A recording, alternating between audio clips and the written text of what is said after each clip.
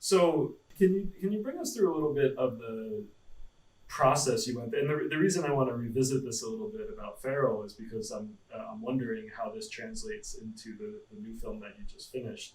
So can you just go through with us a little bit the process that you used to make Ferel?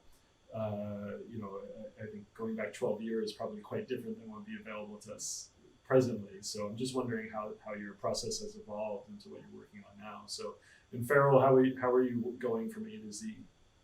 You mean the actual The the animation drawings? part. Yeah. Um, I did most of the animation in Flash, which I guess is called Adobe Animate now.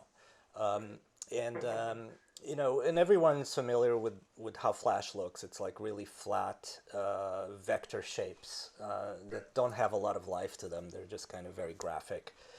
And but the great thing about it is that you can work very quickly, and you get this kind of instant feedback. You can test your motion instantly. And I'm coming from I mean, this is going to date me a little bit, but I'm coming from a background of drawing on paper on light tables, shooting on film, waiting for the film to get back from the lab, editing on a Steenbeck table, splicing film together. And that was my process all the way back to my first film, Minotaur. And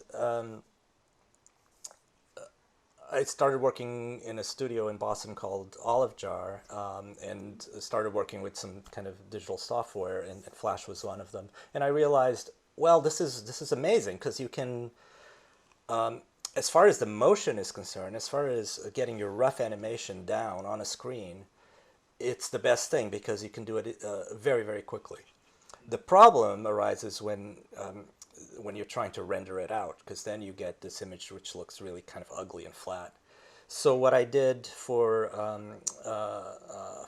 Ferel, and I did this for Fable as well, was I printed out each frame out of Flash, just a very faint outline, like barely visible on paper of the animation. Each frame was printed on paper, and then I traced it by hand with pencil, and then scanned it back in. So in Fable, it was just a kind of two layers. You have the line work and then you have the color work, Okay. which was still very much like a cell, kind of like a traditional animation process. You have the outline and the color and the fill. Yeah.